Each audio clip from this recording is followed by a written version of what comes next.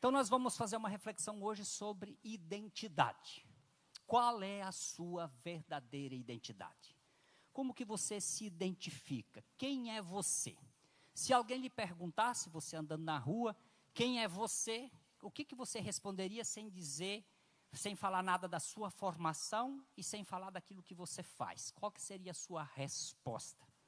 A gente vai entender que identidade a gente constrói na relação do eu com o outro. Poderia ser uma resposta.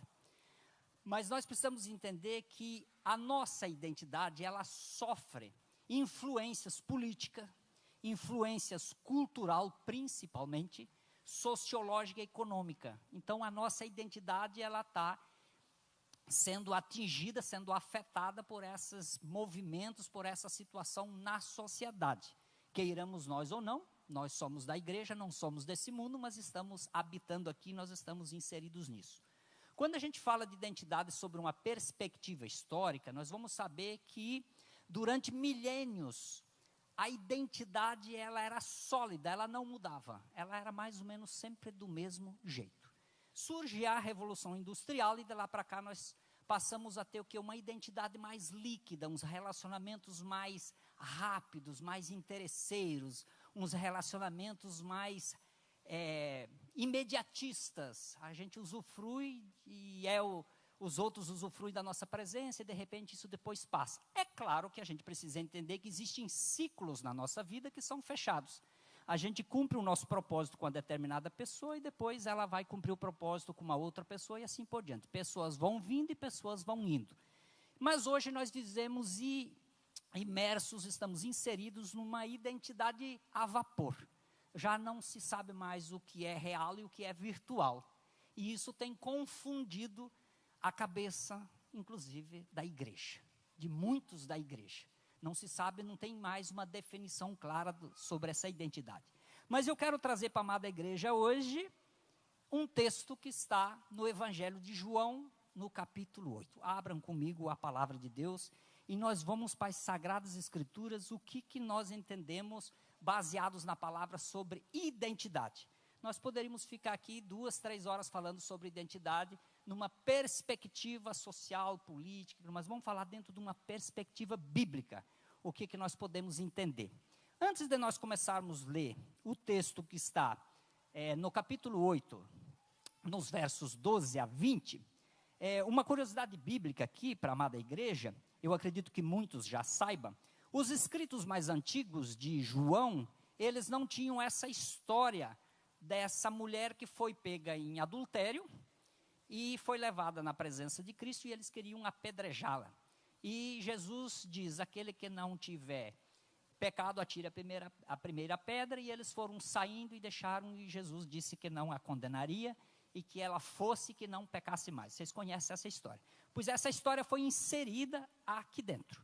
Para a gente fazer a conexão desse texto, a gente vai ler o 52 do capítulo 7 e pular para o 12 do capítulo 8. Essa história, ela se conecta assim. Amém? Então, no capítulo 7, no verso 52, está escrito o seguinte: eles responderam-lhe, és igualmente tu um galileu? Procura e verás que nenhum profeta se levantou da Galileia. Então, os fariseus estão questionando Jesus e estão dizendo, tu és um galileu, tu veio da Galileia, e de lá não se levanta profeta. E Jesus dá a seguinte resposta para eles. Olha lá, verso 12 do capítulo 8. Então, enquanto eles estão dizendo que Jesus não veio da Galileia e que de lá não se levantaria profeta, Jesus dá a seguinte resposta: eu sou a luz do mundo. Aquele que me segue não andará em trevas, mas terá a vida e terá a luz da vida. Os fariseus, todavia, lhe indagaram, tu dás testemunhos a respeito de ti mesmo, logo o teu testemunho não é válido. Respondeu-lhe Jesus, assegurando-lhes, ainda que eu testifique de mim mesmo, o meu testemunho é verdadeiro, pois sei de onde vim e para onde vou.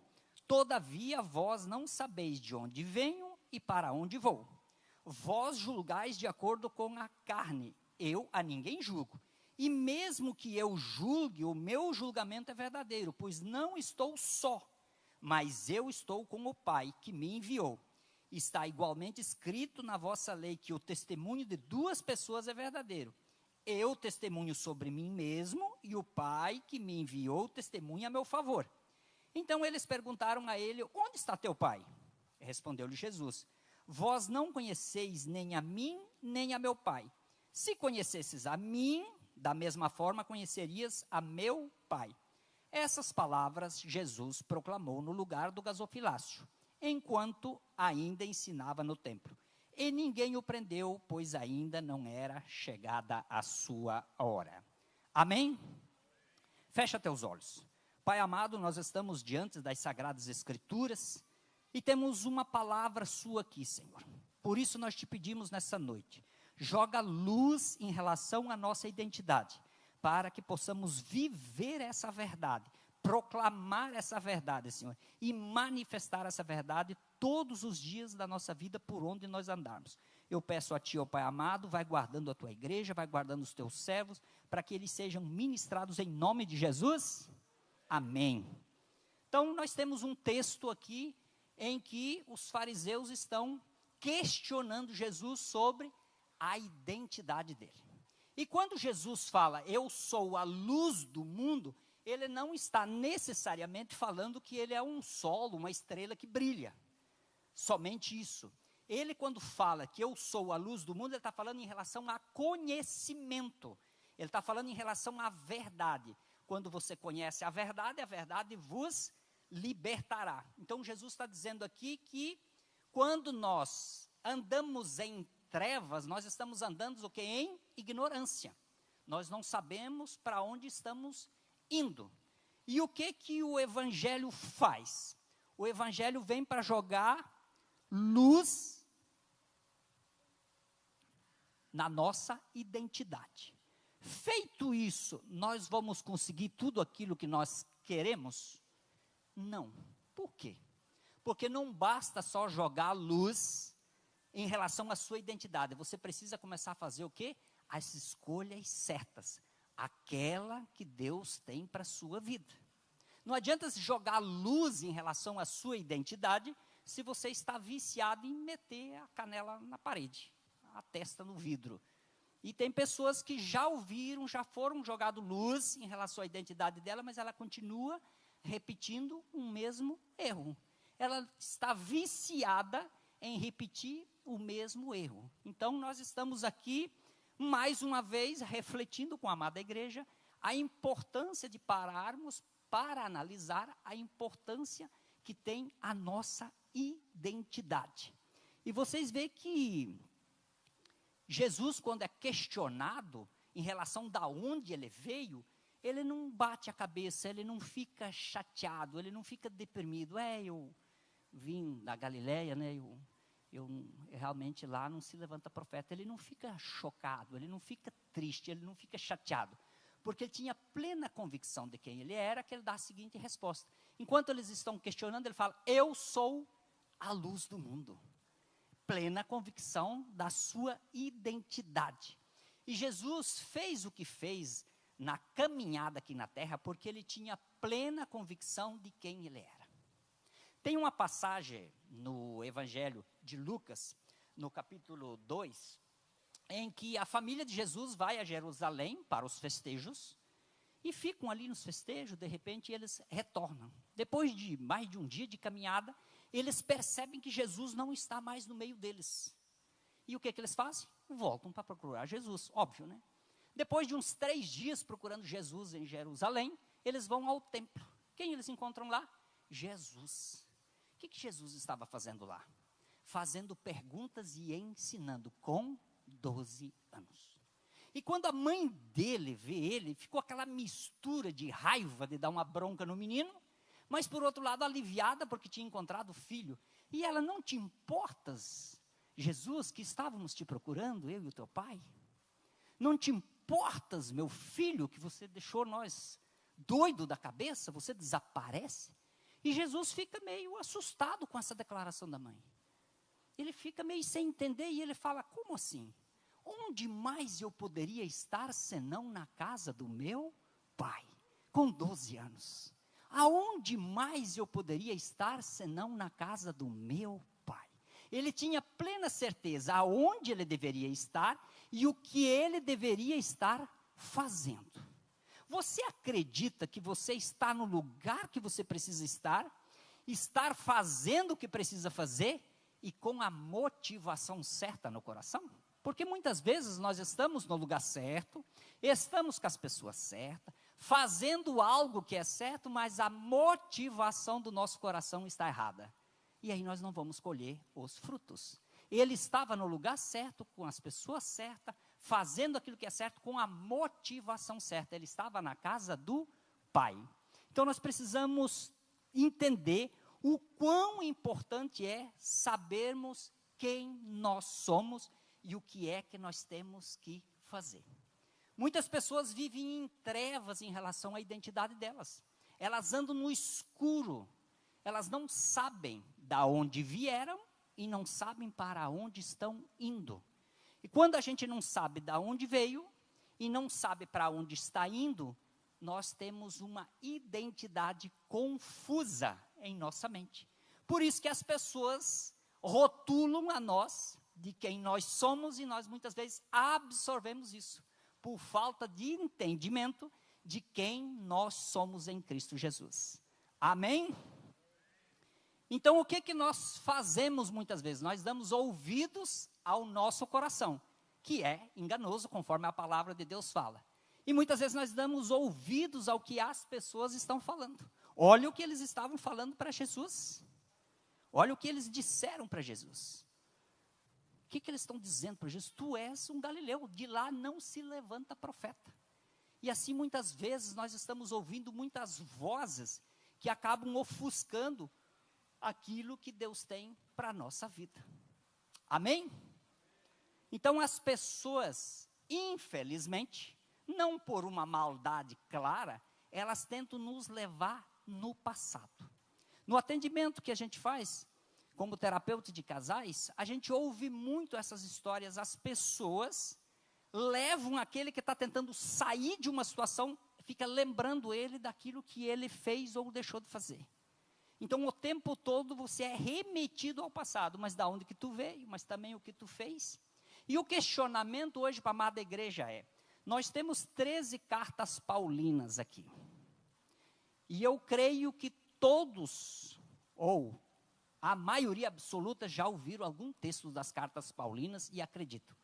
Do apóstolo Paulo. Quem era o apóstolo Paulo? Era Saulo.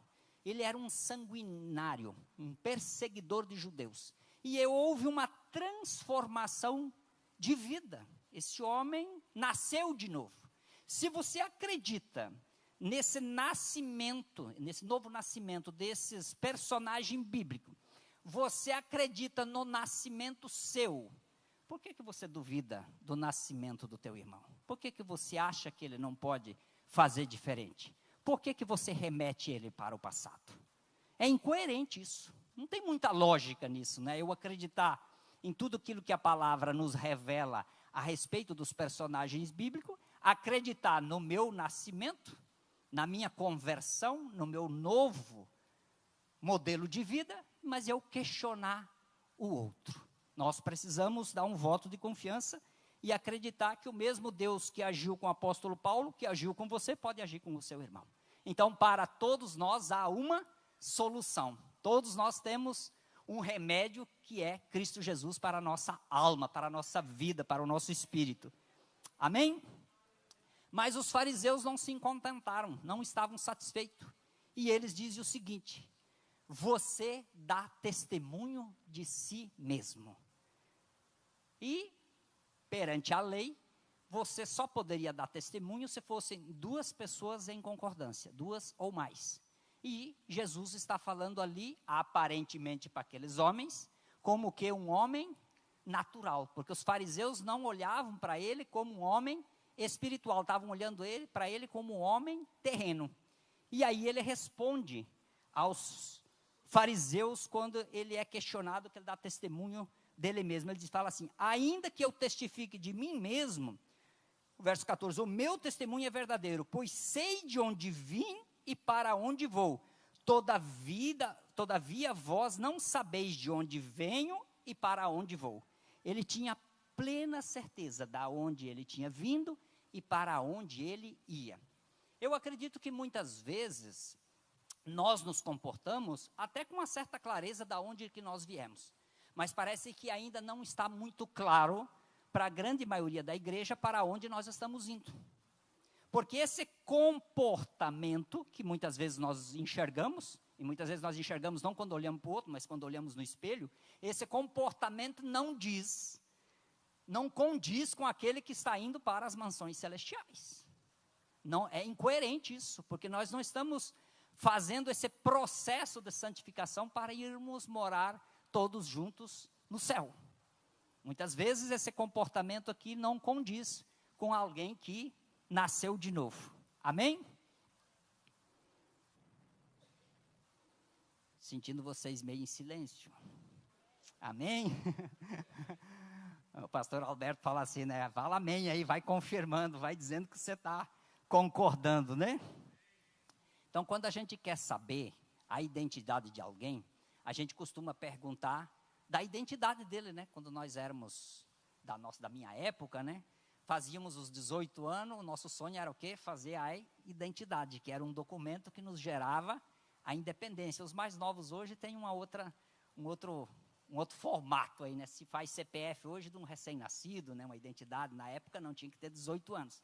Mas se você pegar aquela identidade, aquele RG, que é RG, um registro geral, ali vai ter uma filiação, né? De quem é o seu pai. Ali está escrito quem é aquele que te gerou. Então você tem o quê? Uma filiação. E é claro que muitas vezes esse pai não cuidou de nós da maneira como nós esperávamos. Muitas vezes esse pai não cuidou de nós do jeito que nós gostaríamos que ele tivesse cuidado. E muitas vezes essas sequelas interferem na nossa vida espiritual, na nossa comunhão com Deus. Porque não fomos muito bem representados por esse pai terreno, o pai celestial não foi muito bem apresentado. O pai terreno deixou a desejar nesse quesito. Então, como é que nós nos comportamos na igreja? Nós oramos, Pai nosso que estais nos céus, mas não vivemos como filho dele. Nós oramos, Pai nosso que estais no céu, mas vivemos como filho do nosso pai terreno. E justificamos ainda o nosso comportamento, porque meu pai era assim, porque não sei o quê. Nós estamos ainda vivendo uma cultura do nosso pai terreno. E aí está difícil de transicionar dessa cultura terrena para a cultura dos céus. E aí a gente fica muito preso numa questão que ela é questionável. Porque a gente está sempre vendo o que é certo, o que é errado, o que pode, o que não pode. Se você abrir uma caixinha de perguntas nas redes sociais, as pessoas vão te perguntar o que é pecado, o que não é pecado, o que você pode fazer, o que você não pode fazer. Então há um desgaste muito grande, uma energia, um tempo muito grande, direcionado para saber o que a gente pode, o que não pode. Parece que a gente fica o tempo todo procurando o aval de outra pessoa para cometer os nossos deslizes e os nossos pecados. Não é não, pastor Moisés? A gente parece que fica achando alguém para confirmar que aquilo que nós estamos fazendo não é pecado. E o que nós deveríamos fazer? Abrir mão daquilo que é certo e observar aquilo que é errado? Não necessariamente. Mas agora, nós fomos adotados por Deus, somos filhos de Deus, e agora a nossa cultura não é mais terrena, aqui é a cultura dos céus. Então nós não precisávamos ter essa preocupação toda com todos esses detalhes. Se a sua pátria é do céu, como que é marido na sua pátria? Como que é ser esposa na sua pátria? Agora a sua pátria é celestial, sua pátria é dos céus. Como que eles se comportam lá? Como é ser filho na pátria celestial? Como que é ser obreiro na pátria celestial? Como é ser pastor? Como que é ser pai? Como é ser mãe? Como é ser patrão? Como é ser empregado na cultura dos céus? Você acredita que isso que você está fazendo está de acordo com a cultura dos céus? De acordo com a sua pátria celestial? Ou não merece um questionamento isso? Amém? Vamos refletir sobre isso? Vocês estão convidados a viver a cultura da sua origem. E você veio dos céus. Nós estamos aqui tentando jogar luz sobre a nossa identidade. E a nossa identidade é que nós viemos de Deus. A nossa cultura é celestial. O nosso comportamento não pode mais ser terreno. Nós estamos muito envolvidos nas coisas terrenas. E isso está gerando que um desgaste emocional. Está gerando muita angústia, muita ansiedade, muita aflição. E estamos deixando de viver o melhor do Senhor para a nossa vida. É isso que tem acontecido. Amém? Enquanto vocês vão refletindo, vou beber uma água.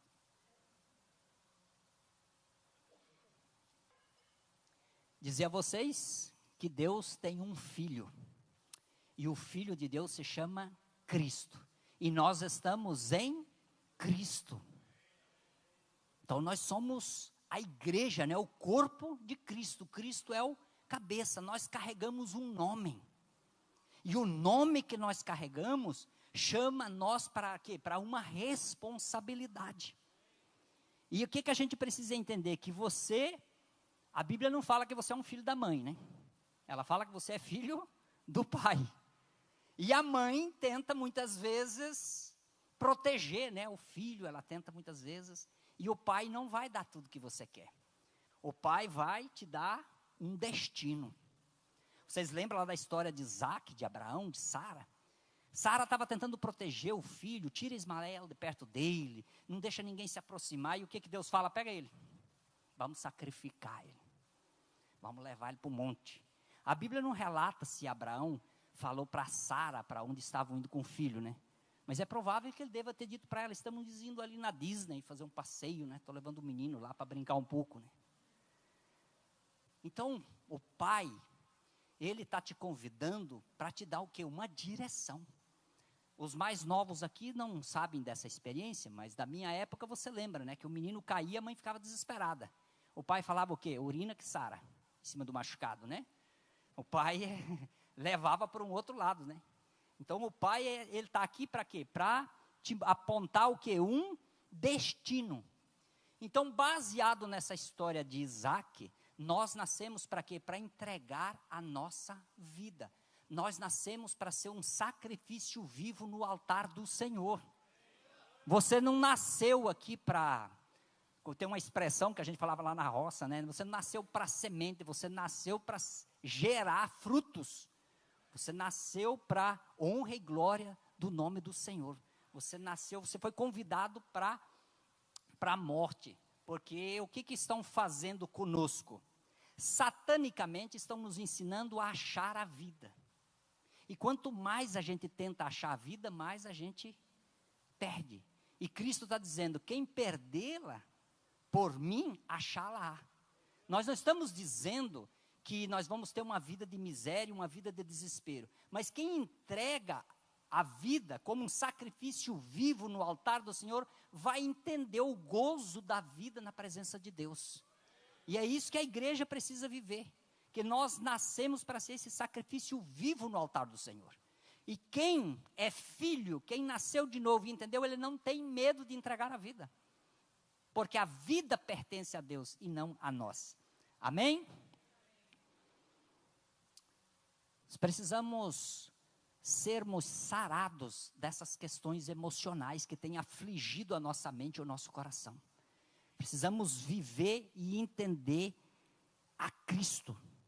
Quando Satanás tenta Jesus no deserto, Jesus está ali, jejum, em oração, e Satanás aparece. Como é que ele faz para tentar a Jesus? Ele chama Jesus para roubar alguma coisa?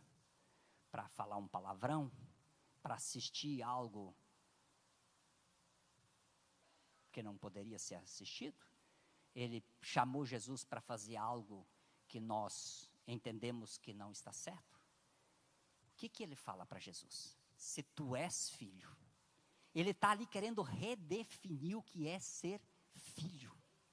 Ele provoca, se tu és filho, transforma essas pedras em pães para saciar a sua fome.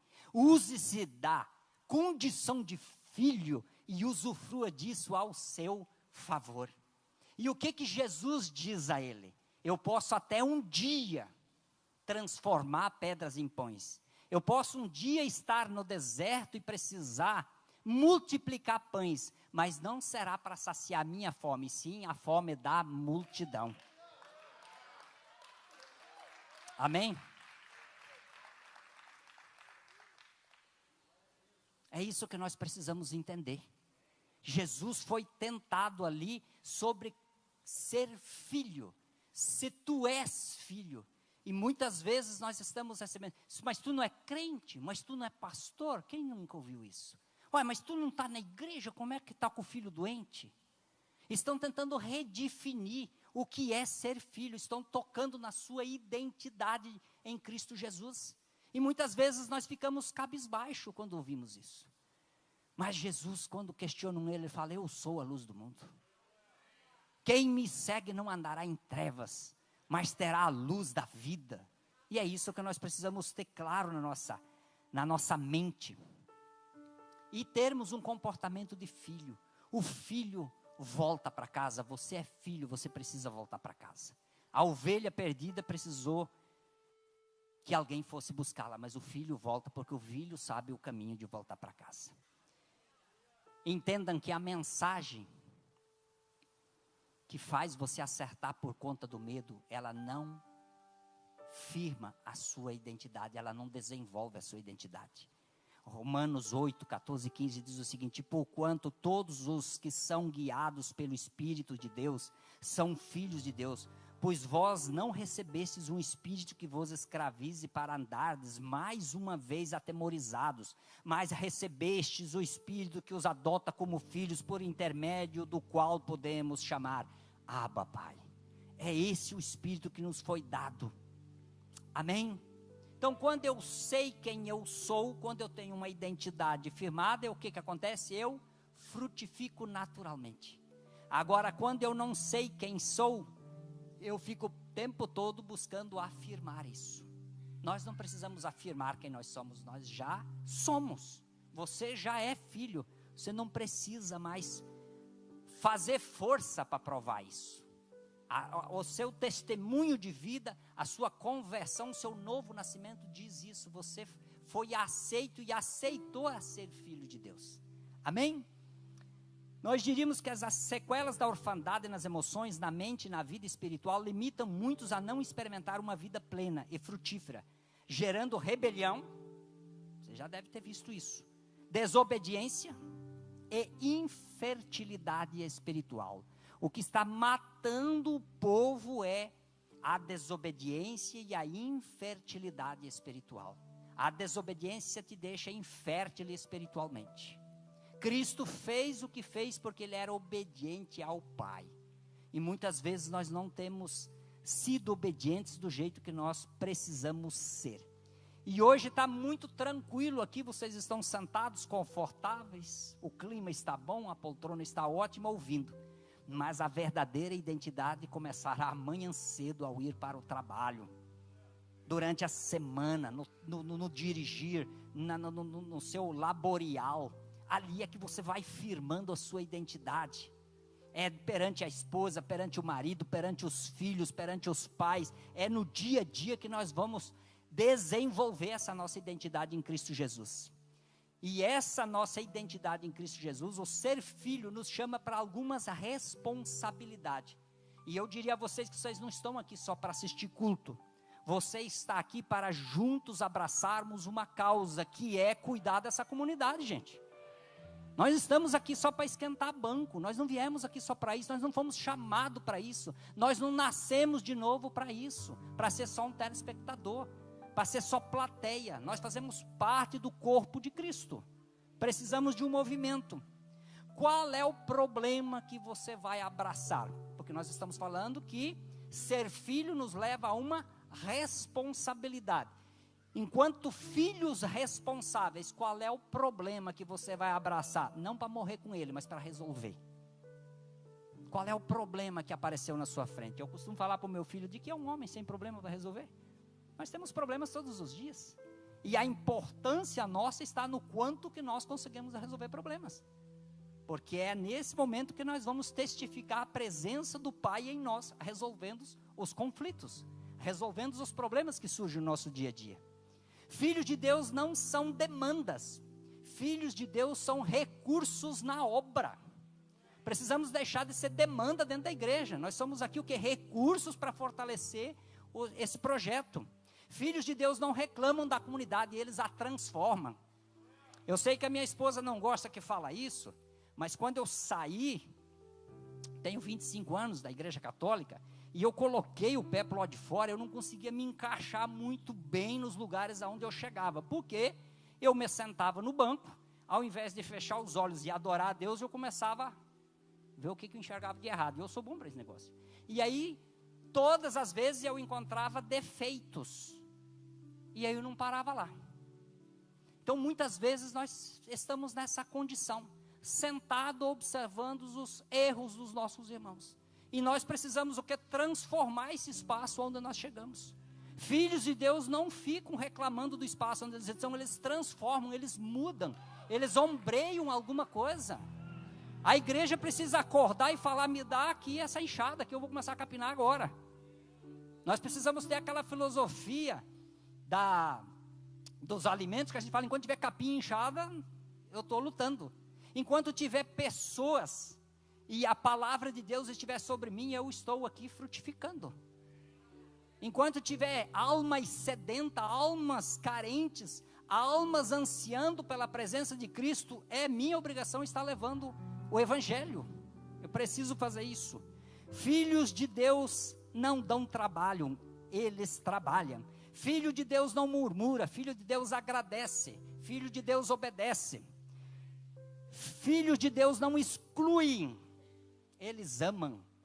Cristo, Deus amou o mundo primeiro para depois enviar Cristo para nós. Porque primeiro ele precisou amar o mundo, para depois enviar o Filho dele. Porque tem que amar, gente, se não amar não vai. Muitas vezes nós não temos esse amor suficiente no nosso coração pelas pessoas. Nas suas orações você pode começar a incluir. Peça a Deus que dê amor no seu coração pelas pessoas. Nós precisamos amar as pessoas, independente de como elas se comportam, de como elas são. E só Cristo pode desenvolver esse amor em nós, porque pela vontade da nossa carne não dá, gente. Muitas vezes a gente não suporta nem a nós mesmos, imagine o outro. Então que Deus dê esse amor do qual nós precisamos para não excluir as pessoas, mas para amá-las. E quem ama, acolhe. Que nós sejamos essas pessoas da acolhida. Quem acolhe, quem ama, exorta também. Muitas vezes precisamos exortar. Porque o acolher e o amar não é sinônimo de conivência, não é sinônimo de passividade, não é sinônimo de covardia. E eles ensinam. O pastor hoje falava, nós precisamos ensinar, nós precisamos aprender. Nós precisamos ensinar e aprender, fazer aquilo que Jesus fez quando tinha 12 anos, ensinando e aprendendo. É essa a nossa trajetória. E enviar as pessoas. Filhos de Deus não ficam frustrados. Por que filhos de Deus costumam não ficar frustrados? Porque eles não fazem esperando nada em troca. Eles fazem porque tem uma responsabilidade sobre eles. Eles fazem porque tem um nome sobre eles. Eles fazem porque tem um chamado na vida deles. Eles não se frustram com as pessoas. Porque eles não fazem esperando a fidelidade do outro, a lealdade do outro. Eles fazem porque eles têm responsabilidades, porque eles têm compromisso com aquilo que Deus colocou no coração deles. Amém? Filhos de Deus se levantam e assumem as responsabilidades à sua volta. Filho de Deus não chega na cozinha e fala, e essa louça que está em cima da pia? Ele fala, eu vou lavar a louça. Filho de Deus não chega num lugar e vê as coisas fora do lugar e fica perguntando, quem não arrumou essa bagunça? Ele começa a arrumar a bagunça. Precisamos que na Freedom se levantem filhos de Deus e comecem a colocar a mão na massa. Comecem a colocar a mão no arado, como fala a minha esposa. É disso que a igreja precisa. E eu quero ler uma carta. Pai Celestial escreveu uma carta para vocês. E essa carta ela está nas mãos de vocês aí. Eu não vou citar os capítulos e os versículos, porque vai quebrar a sequência. E eu vou convidar a amada igreja para ficar de pé na leitura dessa carta aqui. O que o Pai Celestial está falando para você hoje? O que Ele escreveu para você? O Pai Celestial falou assim: meu filho, minha filha, você pode não me conhecer, mas eu sei tudo sobre você. Eu sei quando você se senta e quando você se levanta. Eu conheço bem todos os seus caminhos, até os cabelos da sua cabeça são todos contados. Pois você foi feito à minha imagem. Em mim você vive, se move e tem existido. Pois você é a minha descendência. Eu o conheci mesmo antes que você existisse. Eu escolhi você quando planejava a criação. Você não foi um erro, pois todos os seus dias estão escritos no livro da vida. Você foi feito de forma admirável e maravilhosa. Eu formei você no ventre da sua mãe e tirei você do ventre dela no dia do seu nascimento. Contudo, tenho sido mal representado a você por aqueles que não me conhecem. Saiba que não estou distante e zangado, pois eu sou a expressão completa do amor. E o meu desejo é derramar o meu amor sobre você, porque simplesmente você é o meu filho amado. Eu ofereço a você mais do que seu pai terrestre jamais poderia lhe oferecer. Porque eu sou o seu pai perfeito, pois cada bom presente que você recebe da minha mão, eu sou o seu provedor, cumpro todas as suas necessidades. Meu plano é que seu futuro seja sempre cheio de esperança, porque eu amo com amor eterno. Os meus pensamentos sobre você são incontáveis como a areia da praia. E sobre você eu me regozijo com cânticos. Eu nunca vou parar de fazer o bem para você, porque você é o meu tesouro mais precioso. Eu desejo te estabelecer com todo o meu coração e com toda a minha alma. Eu quero mostrar a você algo grandioso e maravilhoso. Filho, se você me buscar de todo o coração, você me encontrará. Deleite-se em mim e eu darei a você os desejos do seu coração, pois fui eu mesmo quem coloquei esses desejos em você. Eu sou capaz de fazer mais por você do que você possa imaginar. Lembre-se também que eu sou o Pai que conforta você em todas as suas dificuldades.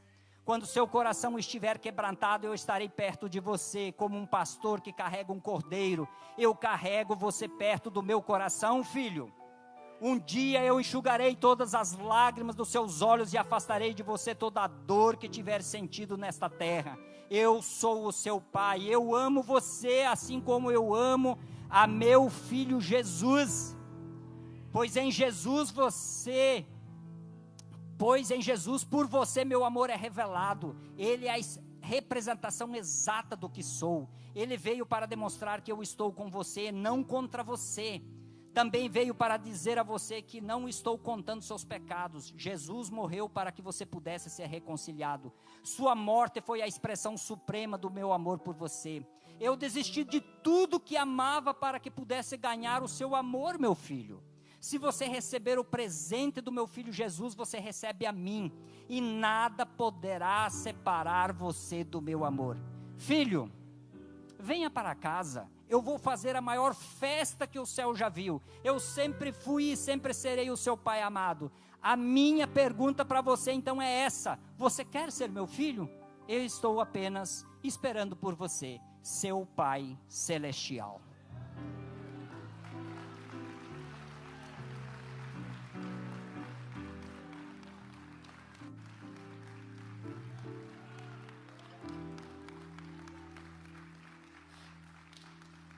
Papai está te chamando.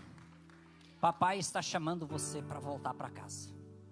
Nós precisamos estar na casa do Pai. Louvor pode ir subindo. Mas eu ainda, antes de nós encerrarmos, eu preciso fazer mais uma colocação aqui para a amada igreja. Quem aqui acredita em semeadura? Deu uns 20 aí. Se você acredita em semeadura, Você acredita que vai colher no ano 2026 tudo que você plantou em 2025? Vocês estão dizendo amém. Cuidado, hein? Muita gente plantou inveja, plantou desamor, plantou desafeto, plantou avareza, soberba, vaidade, incredulidade. Como é que vai ficar essa colheita o ano que vem? Hoje nós estamos encerrando o 11º mês do ano. 11 meses já se foram. E agora? Estamos nos 45 minutos do segundo tempo. Quais as sementes que você vai jogar nos próximos 30 dias? Porque poderíamos falar, só temos 30 dias, mas com a esperança de Cristo que nos move, nós vamos dizer, ainda temos 30 dias. E Deus pode fazer mais em 10 segundos do que nós faríamos a vida inteira. Então ainda é tempo de lançar sementes. Lance sementes do amor, do respeito, do carinho, do afeto, da generosidade, da bondade. Seja afetuoso, seja acolhedor. Ainda dá para lançar muitas sementes. E se você estiver pensando em dinheiro, lança também. É também provisão divina. Porque muita gente está comendo as sementes. E aí vai germinar o quê? Deus te dá o pão de cada dia, mas dá sementes para serem lançadas. E muitas pessoas têm guardado as sementes. Estão fazendo igual a parábola dos talentos. Enterraram o talento em 2025 e vão arrancar o talento em 2026. Ele não vai ter multiplicado. Ele vai estar só o mesmo. E Jesus vai dizer, tira desse que não multiplicou e entrega na mão desses que multiplica. E esse lança fora. Cuidado.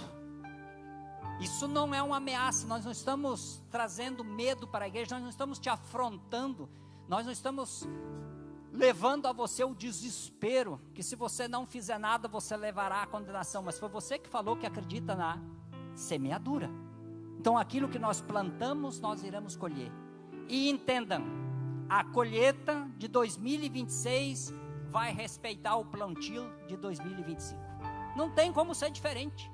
A colheita do ano seguinte respeita o plantio do ano anterior. E o plantio, ele é voluntário. A colheita, ela é obrigatória. Nós vamos colher o que plantamos, queiramos nós ou não. Coisas boas e coisas ruins. Então nós ainda temos 30 dias. Há tempo ainda de lançar uma semente. Há tempo de nós nos regozijarmos na presença do Senhor. Há tempo de nós apresentarmos essa identidade em Cristo. Há tempo de nós levarmos um abraço de Cristo Jesus. Aquele abraço que você não me deu, eu encontro o abraço de Cristo Jesus. Aquele abraço que você não recebeu, Cristo Jesus está lhe abraçando nesse momento, está te acolhendo, está tomando nos braços. Vamos orar ao Senhor e pedir a Ele que venha reforçar a nossa identidade em Cristo. Venha jogar luz em nós. Cristo venha jogar luz em nossa identidade. Que a nossa identidade tenha clareza, que ela não esteja ofuscada, que nós não estejamos na escuridão, que nós não andamos em ignorância. Que venha em nossa mente o ânimo, a esperança e a presença do Espírito Santo de Deus. Amém? Fecha seus olhos. Pai amado, aqui estamos diante da Tua igreja. E nós nesse momento, como servos do Senhor, nós clamamos, ó Pai, em nome de Jesus. Entra com providência nesse lugar, Senhor, com as pessoas que estão aqui presentes e com aquelas que nos acompanham online. Vai visitando essas casas, Senhor. Vai derramando sobre ele a luz da vida, Senhor. Tira o nosso povo da ignorância, Senhor, ó Pai.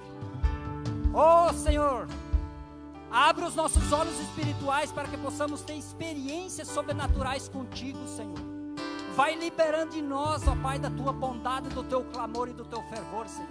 Em nome de Jesus, ó Pai, nós cremos, ó Pai, que o Espírito Santo de Deus vai mover no nosso coração, vai acender luz, vai acender ânimo, e vai trazer em nós, ó Pai, um coração aquebrantado, um coração cheio da Tua presença, que exala a nossa identidade em Cristo Jesus. A nossa verdadeira identidade é celestial, ó Pai amado. Nós temos um Deus todo-poderoso.